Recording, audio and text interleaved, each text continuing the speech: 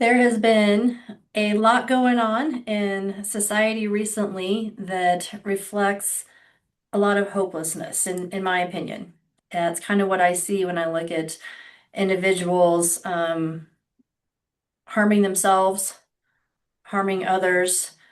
Sometimes the media will open up a question of, I wonder if there might be a mental health issue, which to me always seems like a really obvious, well, you would think, if a human is going around and harming other people, there's definitely a lack of health going on in the mental aspect within their life and the way that they're viewing the world and the way that they're viewing options, and their experience within the world. So, I'm kind of thinking about the discussion for today and microdosing and how does changes within our default mode network and the way that we think impact our exposure and experience to life in a larger context. Then the word that kept coming to mind was hope. And so I thought, okay, I know what I perceive hope as, but figured I would ask ChatGPT just because that's a fun place to get some other ideas and thoughts going.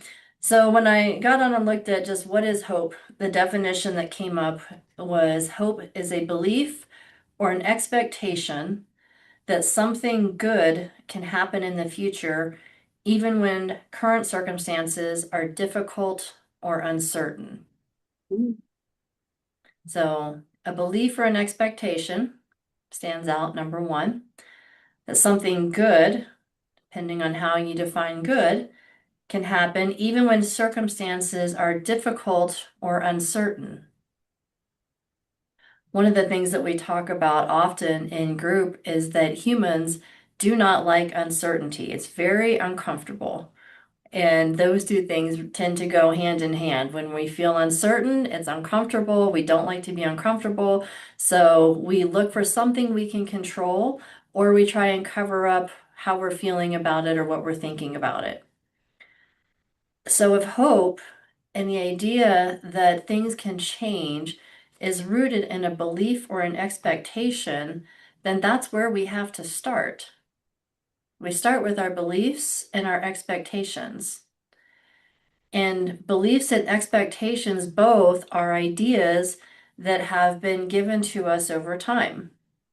Because those of us that are in attendance in group today and kind of looking across faces and names are all in the United States, various areas, but still all within the United States, there is a collective expectation of how society is supposed to work and how people are theoretically supposed to treat each other and things that are supposed to be an option for us based off the society that we live in.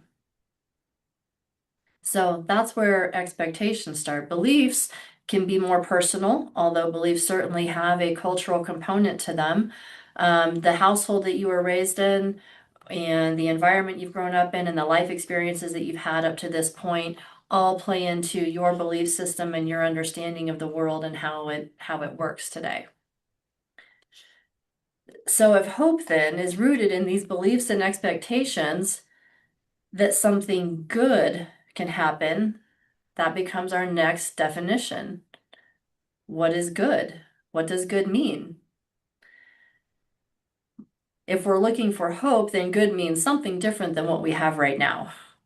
If we are in a state of mental distress or feeling that things are so outside of our control that they're not going to improve in some way, then pretty much anything is better than where we are in that particular moment within our own thoughts. I know I've certainly been in situations in life where it felt like I have no idea how this is ever going to improve. I don't know if it's worth going forward, but I also am not ready to say it's not. So I'm just going to wake up again tomorrow and see what happens. And then sometimes the sun comes up and it's like, oh, dang it, kind of hoped the world would just end, right? Then I wouldn't have to take that step forward. I wouldn't have to continue pressing through the discomfort. But those are the moments where we have a decision to make. Are we going to become a victim to our thoughts and the discomfort? Or are we going to say, I actually do have control over how I interpret this situation and whether or not I'm going to continue going forward or not. And I want to clarify that this is not a conversation about people who have found themselves in such a dark place that they have decided to end their lives and that it wasn't worth going forward for them. It's not a judgment.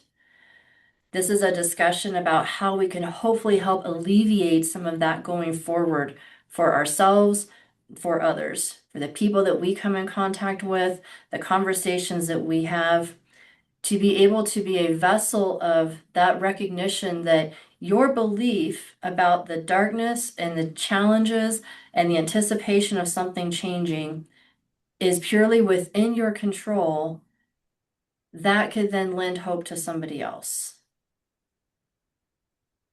But in our lives, it starts with us first. So if we have what we call hope, a belief, an expectation that something will change regardless of what we see happening in our life right now at this current time, we have to extend it beyond a belief. It has to have action applied to it. Otherwise, we just sit. I hope it gets better. Hopes and prayers. Let's just sit in this, see what happens. That's not action. That's sitting stagnant. Action is what are you doing to move your life, move your belief system, move yourself in a direction of something different. Because guess what? Nobody else is going to have as much investment in you moving forward as you do for yourself. We can certainly have people in our lives, significant others, family members, friends, a coworker, a therapist, a somebody else in our life that says, it's okay, hang in there. Let me come alongside you and hopefully ease some of the pain and this discomfort to move forward to something else. That's a gift to have someone in our life, and it's a gift for us to be that person in someone else's life sometimes. But ultimately, it is up to each individual person to choose that for themselves. As a therapist, I can't sit with someone else and want their movement for them more than they want it for themselves. A spouse or a partner can't do that more for another person, a friend, a well-meaning coworker, or family member. You have to want it for yourself first, and the other person has to want it for themselves. So hope really is about action. It's about taking a step in a direction of what you decided that you want. But if in a place of being hopeless, it becomes very easy to respond to others with that same mindset. If I don't have any expectation for myself that something is going to change, I have far less reason to give any consideration to your life or the life of anyone else around me. And that doesn't always have to look like a mass shooting or ending someone else's life like it has in this past week in the United States. But it can look like, I don't care how you feel. It can show up in the way that we respond to others, in the way that we drive, in the way that we interact with people at the grocery store or at the mall or at work or anywhere that we have human interaction with others in our own homes, how we treat the other people that live in our household. So if we allow ourselves to stay in a mindset of nothing's going to change, nothing's going to get better, or I just sit here with an idea or belief system and a hope and an emotional attachment to the concept that something is going to change, we are limiting the experience that we're going to have because our experience is based on what we do. So I know this is a really heavy way to open up conversation, and the goal is to really bring some more excitement and recognition to the understanding that we do have a choice over our mindset. We do have a choice over how we show up on a daily basis, but it is not something we just sit back and default into. It's something that takes action. Microdosing is certainly a catalyst to that because it quiets down that internal dialogue that's there that says, this is never going to change. It's always been this way. I'm just waiting for the other shoe to drop. You know, the world's going to hell in a handbasket phrase for those of us who have been on the planet for more than 10 minutes. So that belief, that idea is easy to default into. And when we do that, we just sit back and become apathetic victims to the ideas around us and whatever society does or whatever someone else does. But choosing to allow the brain to quiet down from that default way of thinking, to reduce blood flow to the amygdala so we're not in that fight or flight, again, waiting for the other shoe to drop, to enhance the usage of our executive functioning in that prefrontal cortex, and to use those things to take action and movement in our life. Move towards something. If you want it, what are you doing to go get it? And deciding what that it is for you. What is it that you want for your life? What is the hope attached to? So, good morning, you're welcome. Let's have some conversation about it. So I'm opening up to whoever wants to kind of reflect back to any of those thoughts or what has come to mind for you in thinking about those things.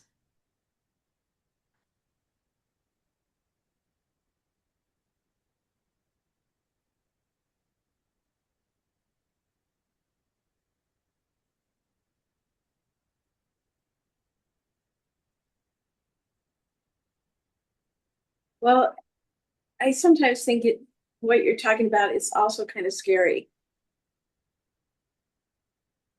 And I'm not sure why I'm thinking it's scary, but it just seems scary right now. That you don't know who's going to come out of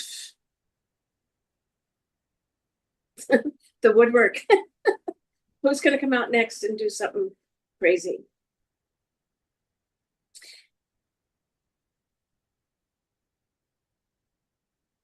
And I try not to watch too much news because ugh, that just seems really hopeless. And I try to figure out what I need to do. Sorry, I don't know why. Okay, emotions part of it. Go ahead.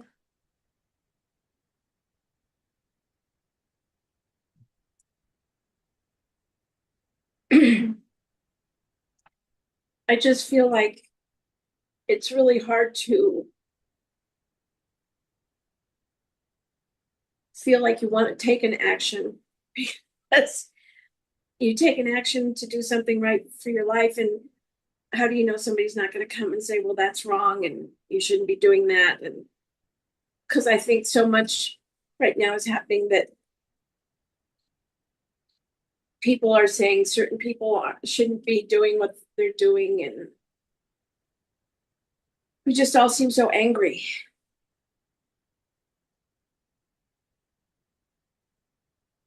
So I feel like it's kind of hard to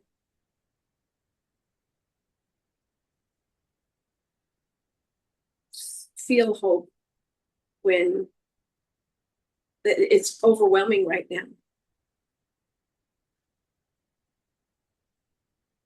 I mean, every week we have somebody getting shot.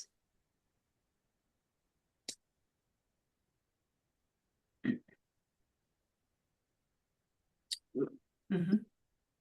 Yeah, I wanted to give you room to finish that thought. Thank you for bringing those things up. And that's part of why I felt like this was a topic that needed to be discussed. We need a place to be able to say, hey, this is what's going on in our brain. These are the emotions that come up. But where are they rooted? And what can we do with that? And you touched on a few key things, and one is a feeling that there is a right or wrong way to act or to be or to think. And then a questioning of how are others going to respond to whatever I choose in that belief or action for myself. And that fear that you mentioned can hold us captive to exactly what we mentioned, which is not having hope, not having a belief or an expectation that something can look different because of the way other people are thinking or responding. And if we sit and stay in that fear, we will not take action. And I don't, I'm not saying that what someone's action should look like. I am not sitting in a place of judgment of whether or not you join a political march or write a letter to somebody or, make a phone call or sit in your own home and think about it for yourself. Everybody chooses what that action looks like for them. But as long as we stay in a state of fear of how someone else might respond to us, then we are sitting in a place of not having action and not taking it for ourselves. Because sometimes the recognition of the action is just that I'm not going to be held captive to whatever happens around me. One thing that we know for 100% factual is that this experience of life on this planet will end for all of us at some point in time. It will be either a death before the planet itself ends, or it'll be a death when the planet itself ends, because we don't know when that's going to be. Nor does it matter unless we spend a lot of time thinking about what does that mean to me and what comes after that. If we are constantly sitting in a fear of death, then that limits the experience that we have while we're here. Because the only thing that 100% factual that you have is the experience right here, right now. And this is not for or against any religious belief system about afterlife. We're just leaving that as a separate conversation. What we know is we're all here right now. What will we choose for this experience? If we continue to sit in a state of fear because of the unknown of what other people are going to do or how other people are going to respond, then that holds us back from having authentic relationships, from having joy and peace, from experiencing life with nature around us. Every time we sit in that state of unknown fear, that costs us something else because that energy that the brain uses to have thought itself, every single thought requires a brainwave. Every brainwave requires energy. We are spending energy sitting in a place of thinking about what might or might not happen or what somebody else may or may not do.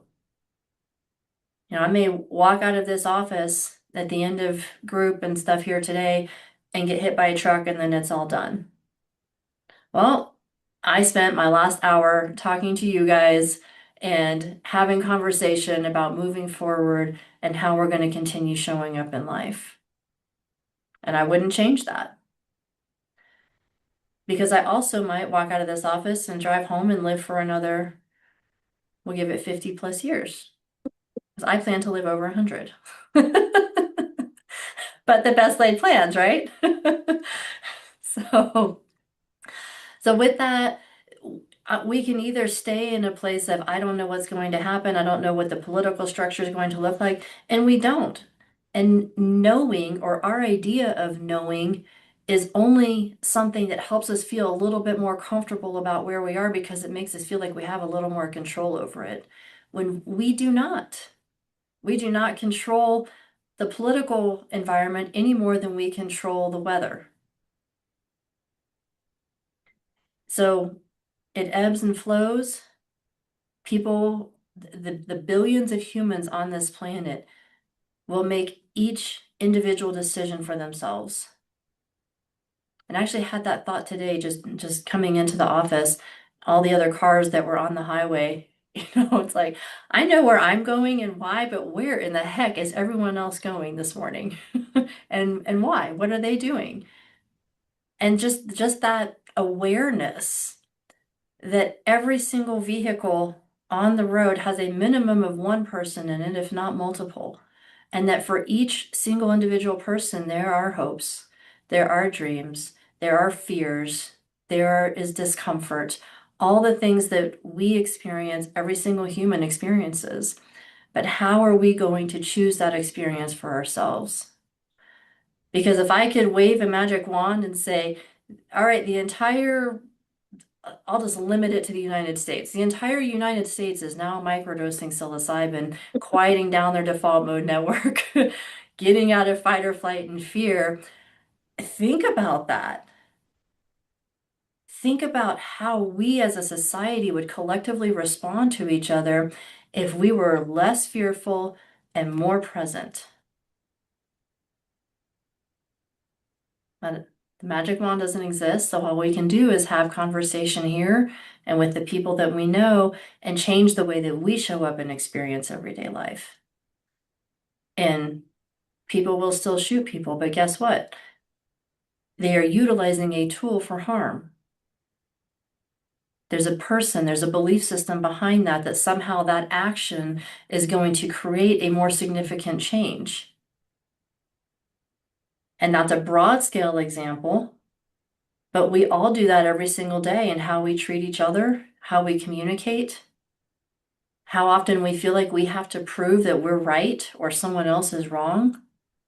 If we can step back from that recognition that there is an absolute right or an absolute wrong, and instead be more open to just people are going to live different ways. They've had different experiences. Our brains have chosen different coping mechanisms. You know, you go to one person's house and everything is in order and nothing's out of place and it's all dusted every single week and the bed is made and the kitchen smells like chocolate chip cookies and, all this idea of perfectionism within the home. We're like, oh man, if only my house looked like that all the time. And then we realize, wow, that actually the person running that household has a truly obsessive compulsive disorder that is causing them to focus that on their home because they're trying to deal with something in their mind and cover that up. And it's happening by obsessively cleaning and trying to make everything look perfect. Once we see that, then we can say, oh, well, maybe it's okay that there's some dishes in the sink and the bed isn't made this morning. And, the coffee is still in the coffee pot 4 hours later, and I'm just going to stick it in the microwave. So, but we look to the outside as reference points for what we've been told our lives should look like.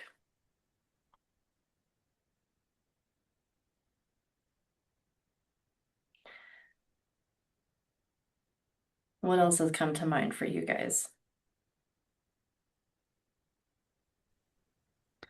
Yeah, for me, and kind of touching on what Jana said, staying away from the news, staying away from social media, not letting outside voices constantly bring me down and tell me that we're doom and gloom. And, I watched my mother spend, the last 5 years of her life watching maybe 8, 9 hours a day of it. And she could never have hope. And I watch my father do it now. And my father and I more than once have gotten into little spats about the fact that I don't know enough about what's going on. He's like, what happens if a bomb's going to hit and you don't know? And I'm like, I prefer not to. If a bomb's going to hit where I live, I hope I don't know until after it happens. Then I don't know. Yeah. Instead of sitting there with my last few minutes being worried and freaked out.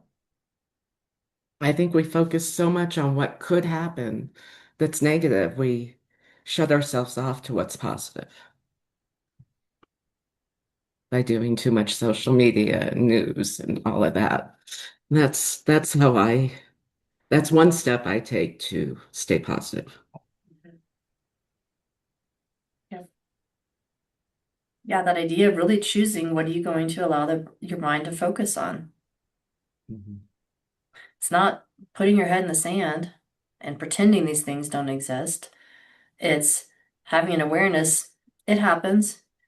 Mhm. Remember, there was a time that news was not 24 hours? There was actually a time that TV was not even 24 hours.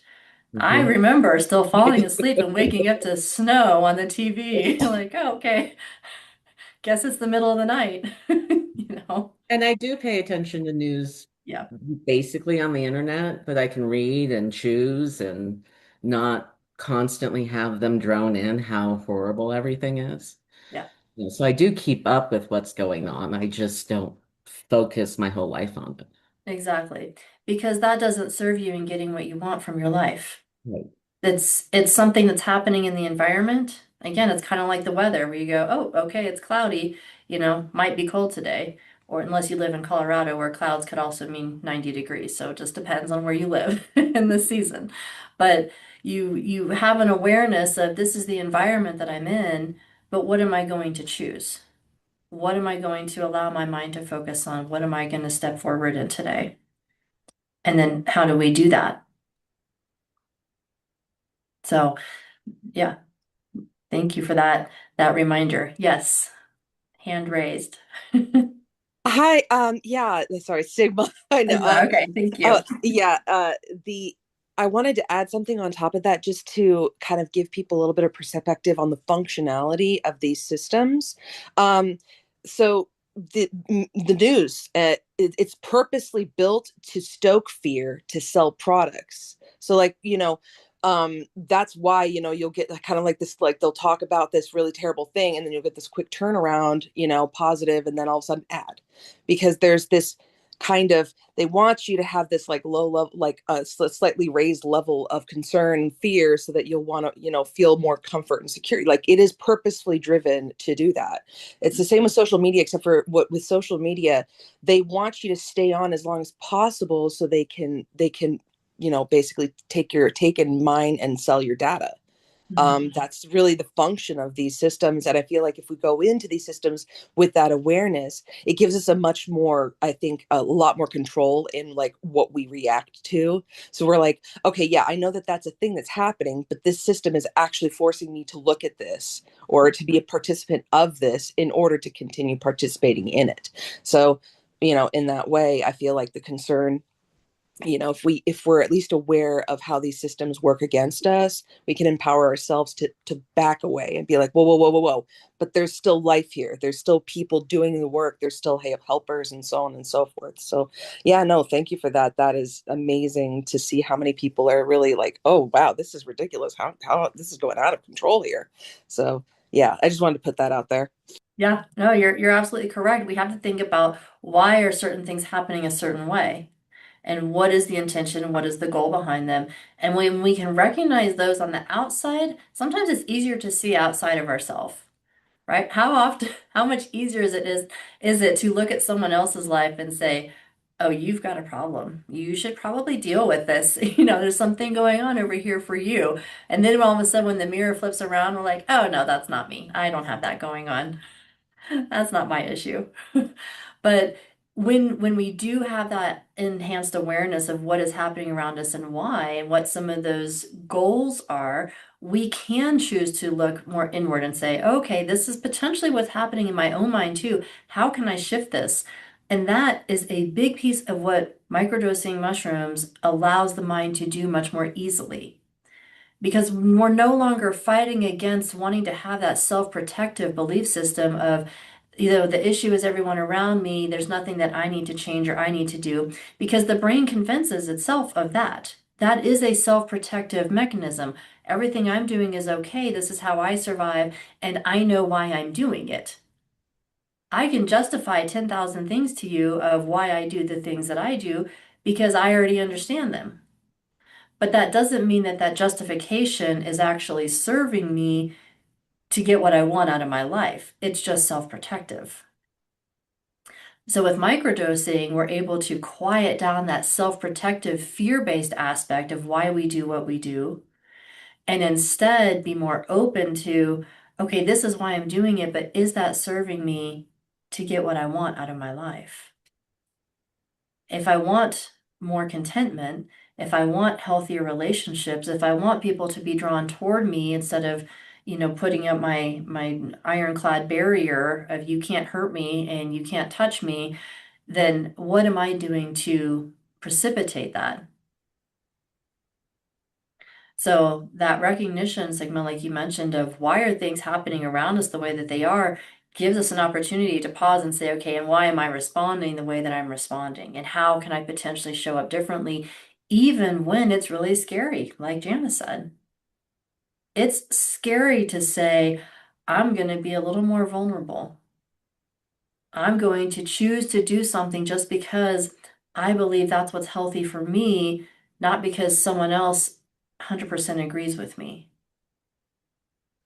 I'm going to go for this job that takes me outside my comfort zone a little bit because I think it's going to lead me to an opportunity of what I want, but it's okay if I choose how it serves me and I'm not just always serving the job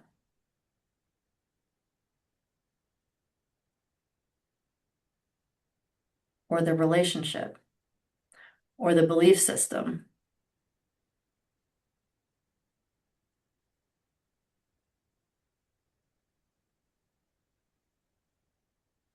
Yeah, Sigma. I guess I'll contribute to the microdosing conversation. Yeah, that's exactly what it was, especially when I first started microdosing. I just remember a friend telling me, they're like, well, the first thing that's really going to happen is you're going to start feeling I call it relief, like, kind of just a general a background happiness. And like, yeah.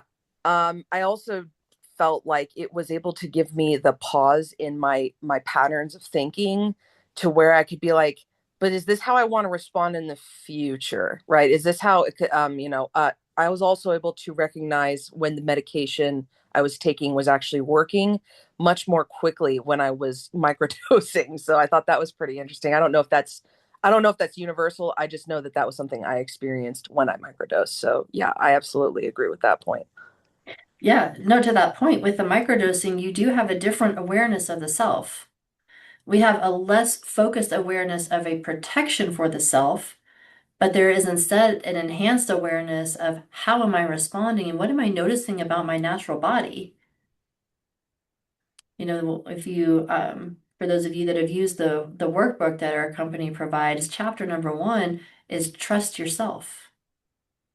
That idea of learning to really pay attention to your body and to the way you are responding to things and to trust that, yes, is step 1 of really having that shift in awareness and moving towards a different understanding and a new perspective. And to your point too, one of the first things that we notice with microdosing is how we feel, because we are beings that have multiple senses, taste, touch, smell, hearing, all of these senses that we have of how we experience the world, but we put a huge emphasis on the sensual aspect of how do we feel about it. And so one of the first things we notice is I feel differently. I feel happier. Well, then of course, those of you that come to group or hear me say, well, define happiness. What does happiness mean to you? Define what's good, define better, because these definitions are important. That's how we create a narrative and an understanding of what we're really perceiving. But that feeling of, oh, okay, I feel happy because my brain is quieter. I feel content because I'm less focused on myself and I'm more just aware of what's going on around me and why I'm responding to things the way that I do. And so that pause in our thinking, like you said, gives us a chance to respond differently if the way we've been responding is just self-protective and fear-based. That can certainly be what we would call happy is, oh, I'm not quite so self-protective and fearful anymore.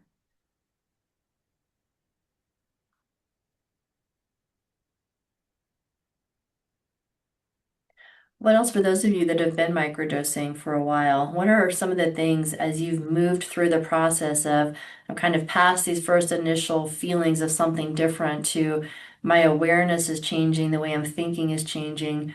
What are some things that you've noticed for those of you that are willing to share?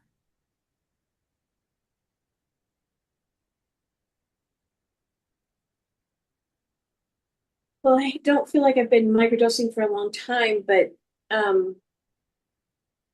because I'm only on my second flush. I mean, my second box or whatever. But anyway, um, I feel like I do have moments of what I feel like is clarity. It's like, oh, why are you doing something? But I guess the clarity comes when it's like, oh, look at how bright it is today, Mhm. you know, look at that cloud, you know. I don't know, that sounds like I'm too high or something, but I'm not. It's just yeah, enjoying more clarity of noticing things. Yeah, why it's funny that you mentioned feeling like you have to quantify saying I'm not high because you're noticing nature. That right there is a great example of how we have gotten our brains wound up to the point of ridiculous nonsense because we can't say, wow, I noticed the clouds different this morning without having to quantify it by saying, oh, I'm not high. Why are we not just enjoying nature on a daily basis? Why are we not just recognizing, the squirrel out in the tree and the clouds moving by and the leaves starting to change a little bit as we move into fall and some of the cooler weather? That those are things that we have become extremely disconnected from because we get so wound up in our thoughts and our fears and our ideas and our beliefs about what we are supposed to be experiencing. And we have become beings that are completely separate from the rest of our natural environment. And that's why we have to schedule into our calendar, go for a walk, go camping, sit outside. Those are things we start putting into the calendar because we're not naturally doing them. But part of this discomfort happens because we have to stimulate our minds in such a way all the time, and we've become accustomed to so many conveniences that we have moved away from just natural survival. There's a series on Amazon Prime right now about Billy the Kid.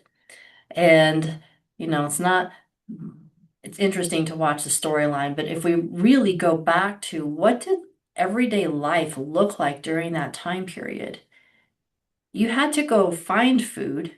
You had to split wood for heat. You had to find water, drill a well, or, go to a river. You had to bake the bread. Not only did you have to bake it, you actually had to find the wheat and get all the different components to go along with it. And there was no such thing as a bread machine at that point in time, which I happen to love when I decide I want quote unquote homemade bread. So I throw all the ingredients in the machine and hit go. But that's the closest I'm getting to making homemade bread at this point. But we have become so far removed from basic survival because of all these modern conveniences that we call convenient, that now, without having to focus on any survival needs, we just fill this void with social media, with TV, with fear and worry, with, doomsday prepping, with concern about what others might or might not be thinking or might not be doing. And again, we're not going to go backwards in time. Even for people that decide, okay, I'm going to homestead, I'm going to till the earth, I'm going to live on a farm, and for the people that do still farm and all that, even that has changed for them at this point. So the goal is not go backwards in time and let's all stop going to McDonald's or stop going to a grocery store and create all of our own food. But it is a recognition that that separation exists now. And that with that separation, are we using the time that we have for something that gives us the outcome we want for our life, or are we using it to just create more fear and sit and worry and focus on things that we don't have any control over? Because survival is something we used to have a whole lot of control over. You either had enough firewood or you didn't. You either had enough meat stored up for the winter or you didn't. So now we don't have those same concerns anymore, but we've created a whole new level of concern. And I think that's the focus is we have created it. And we continue to perpetuate it and we continue to focus on it. And if we would focus less on that, then there would be space for us to have this movement instead of sitting in a place of a belief system about hopes and dreams, actually taking action and moving forward in the life that we want. So good on you, Jana, for noticing the clouds and not having to put that on your calendar to sit outside and notice the clouds.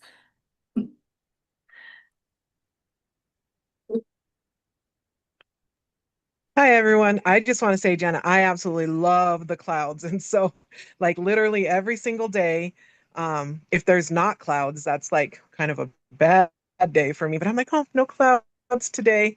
And then I was just going to share with everyone for me, something that I noticed that I was really, really talented at turning everything that happened in the world with all the people around me all about me. And so I shared in the Monday night microdosing group, the other group that we do every Monday, that microdosing has taken me away from, and it's been over like a year and a half, like, and it was subtle until I just finally realized, so like, oh, it's not because of me that all this stuff is happening. So if my husband's having some type of, a day, it's not because I did something or I didn't do something or he doesn't enjoy. Oh dear. Oh, she froze.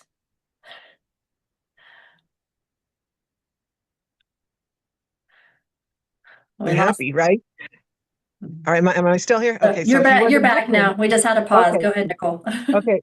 So we were up in the mountains and he wasn't having a good day, right? And so normally I would have turned it to like, oh, he doesn't love me or he's bored of what we do or like my mind would have taken it 1,000 different places, but all about me, me, me. And I realized like, he's going through something and that was like so the awareness of somebody else, but it didn't have to be attached to myself. So like it didn't have anything to do with me. So it was like okay, it's happening but it's not because of you.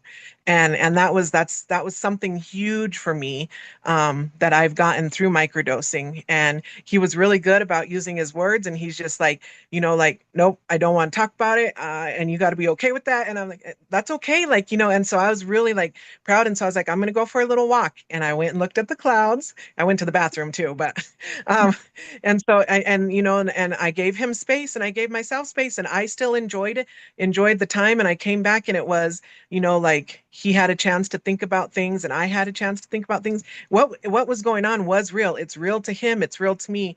The, emotions that I get from the situation. So I'm not like just letting it go by like it didn't affect me. Like of course it affects me too, but I didn't have to make it all about myself. And I love that about what microdosing has done for my brain because, in general with everything else that it does, that was something huge in quieting my brain because I was really talented.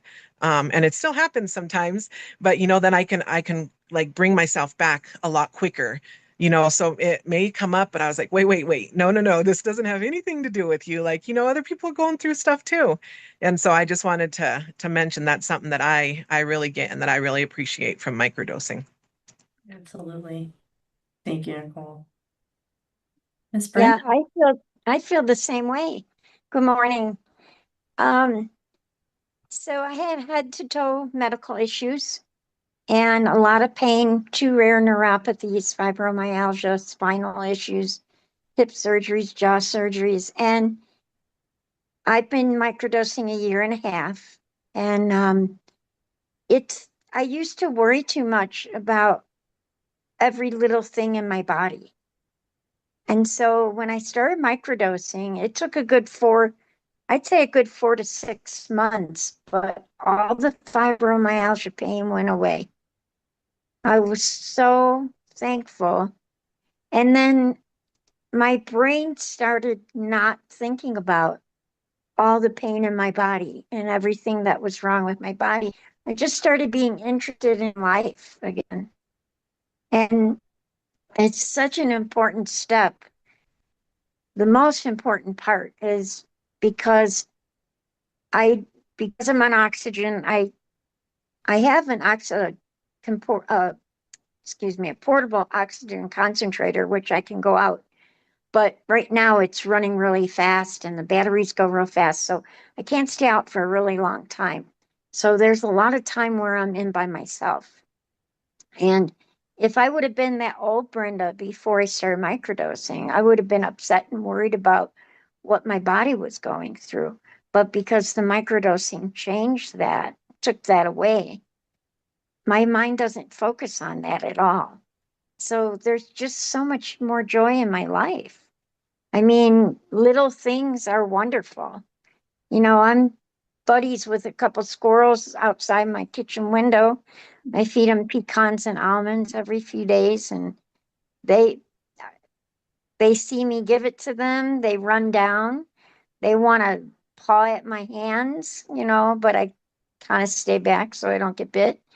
But then I knock at the window and I got the window open, so I chirp at them a little bit and they see me and they eat in front of me. I don't know. It's a silly little fun thing I like to do for myself. But loving the clouds, praying for people that walk by. I'm on North Tejon, so I'm at Platte North Tejon. My window on North Tejon, so lots of people all the time going past my window. I used to hate it. I used to have the blinds shut and I used to hide away. I love it. I got to have the blinds open. I can't wait to get dressed to get those blinds open in the morning.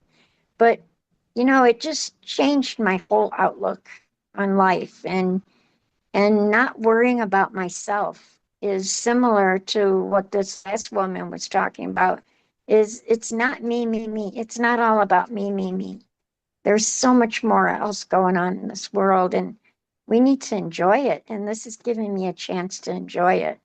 You know, really, we had 6 people pass away in the last couple of months in our apartment building. And normally, I mean, before microdosing, that would have depressed me totally.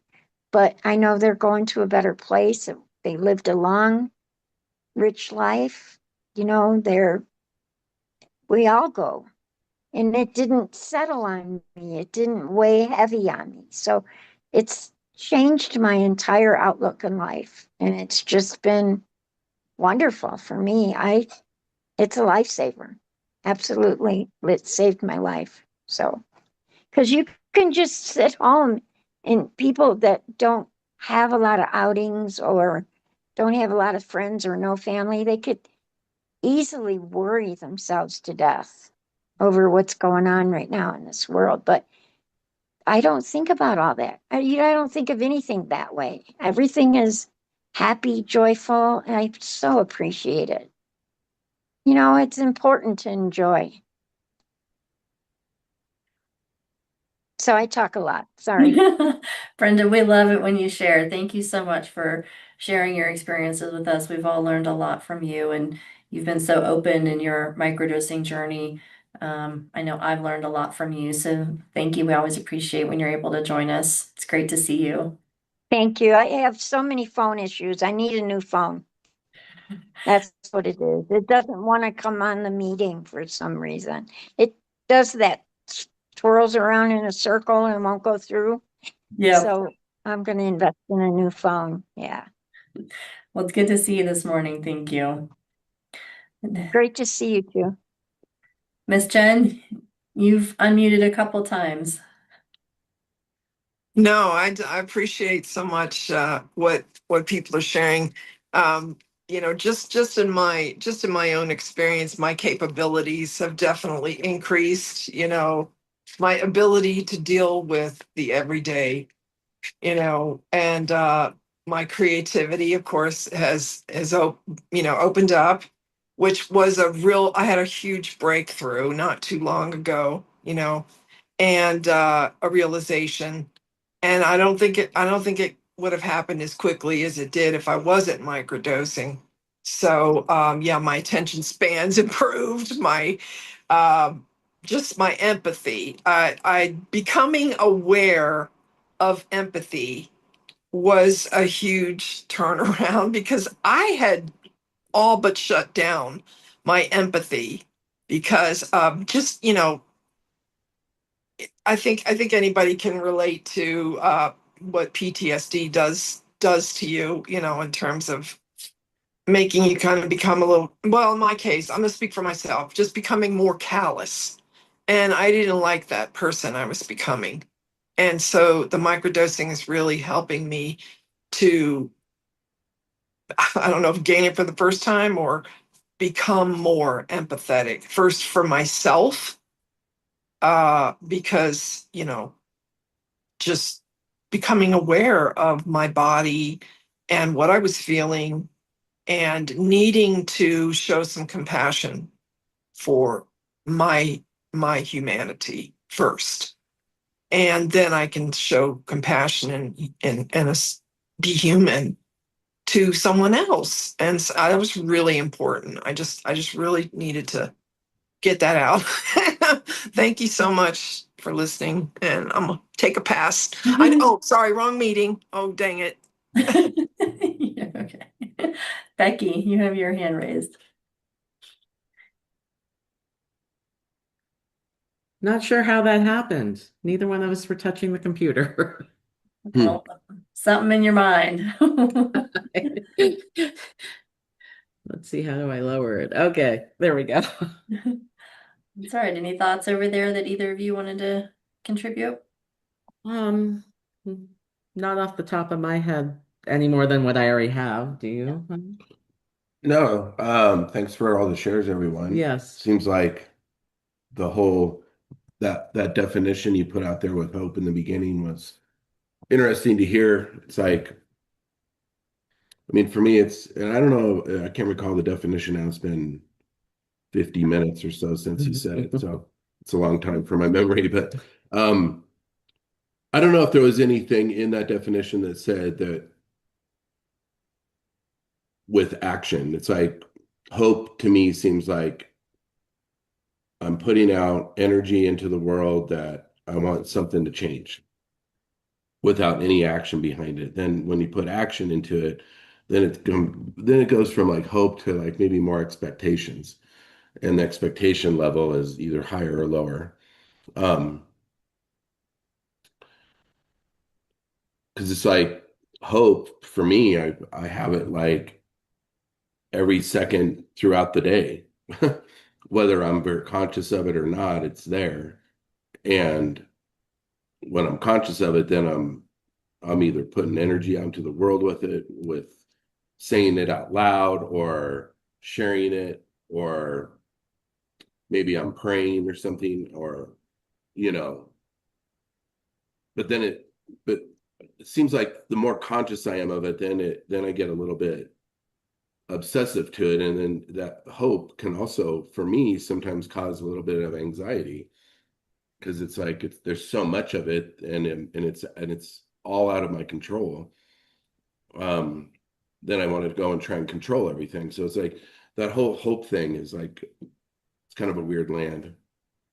I'll just throw that out. Yeah, no, I really appreciate you bringing us back around to that. So we talked about hope being the belief or the expectation that something good can happen in the future, even when circumstances are difficult or uncertain. And so, to your point, Tom, that hope is a feeling. And that's really the recognition that I wanted the group to kind of have some awareness to today is that if we just keep it as a feeling, then it doesn't go anywhere from there. It's just something that we get wrapped around in our mind with, as far as I feel a certain way about a certain thing.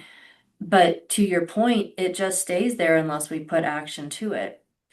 Now, the action that we put to it is really recognizing where do we have control? Because if we try and control all the things, then we become frustrated because we don't really get to control all the things. That just puts us in another place of feeling like, oh, the only outcome that can be what we call good is put into this defined rigid box. And if we can get rid of the defined rigid box of what is good and instead just move towards what are the goals of what I want? How do I want to experience my everyday life? What do I want to move toward? Then we have something to put action toward. If I want to move toward a healthier relationship with somebody, I'm going to put action toward how I treat that individual and how much time is spent with them and that sort of thing. If I want to put action toward a certain job outcome, then I'm going to spend time on that. But when we have dual actions, let's say maybe things that are competing, I want to have healthy relationships and I want to financially take care of my family, then we have to ultimately decide what is my core goal. If my core goal is to have a healthy experience on this planet for the time that I am here, then certain things have to take priority at different times.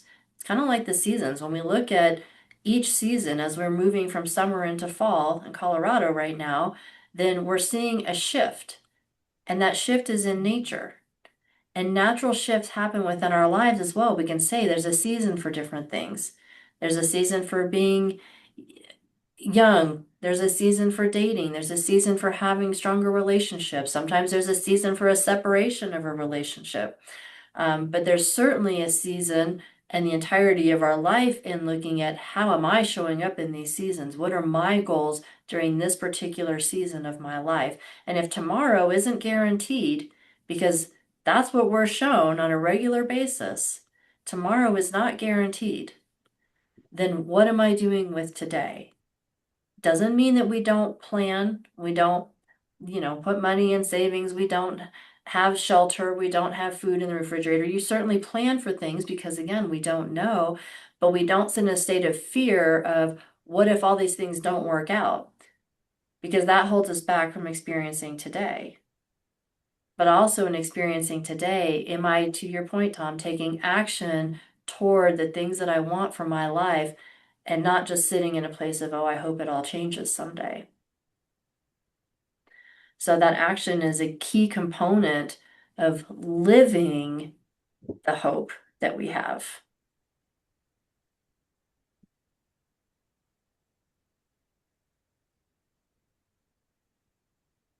Yeah. I would say that higher percentage at the time with my hope is that it's just something's going to be good.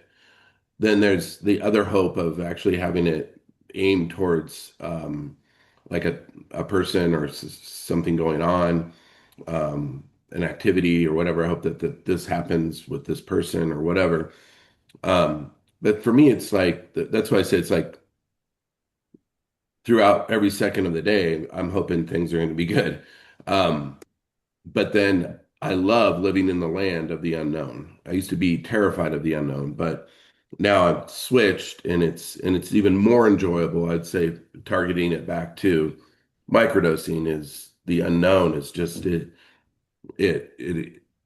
with microdosing it widens the wonder, it widens um the curiosity and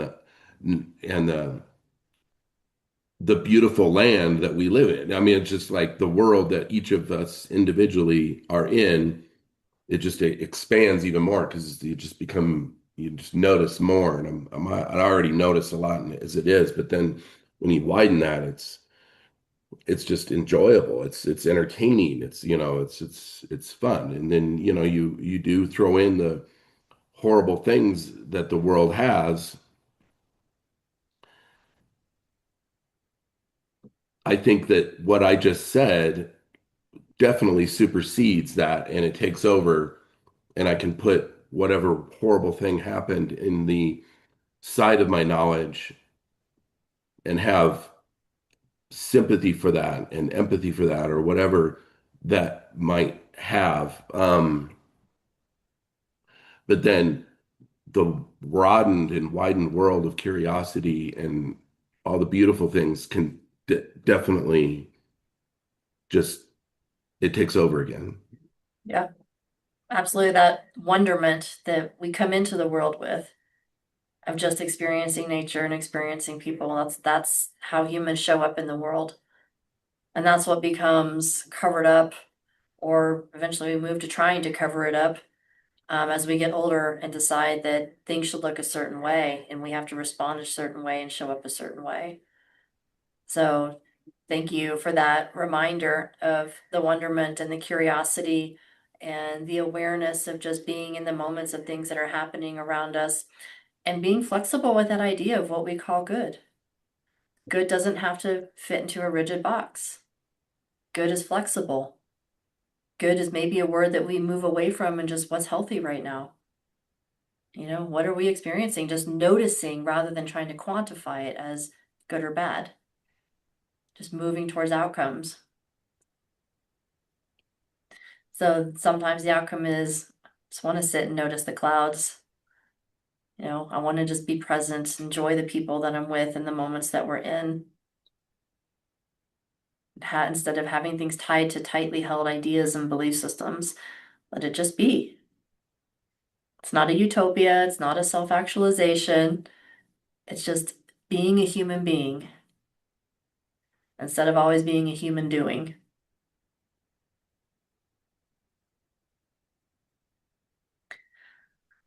I've really appreciated the conversation with you guys today. I know it started off a little bit heavy, but again, we don't stick our heads in the sand and just pretend that we are in some utopian mindset. The quieting of the mind is because it's helpful for living in reality and for living in the environment that we're in and the societies that we're in, and being able to come together and share how those experiences are being managed and noticed, and talk about the benefits of microdosing and using the mushroom that is just nature, in a dose that is helpful to how we're experiencing everyday life, not with an attempt to escape it, but with a goal of just being more fully present in it and choosing the thoughts that we want to have and choosing the actions that we're taking in the life that we want to have. So I'm going to go ahead and end the recording for today. I appreciate all of you being here. For those of you that are listening just through the podcast at this point, feel free to jump on growyourownthoughts.org to find out when the future groups are. And for those of you that are on group today, feel free to stay on and we can continue conversation.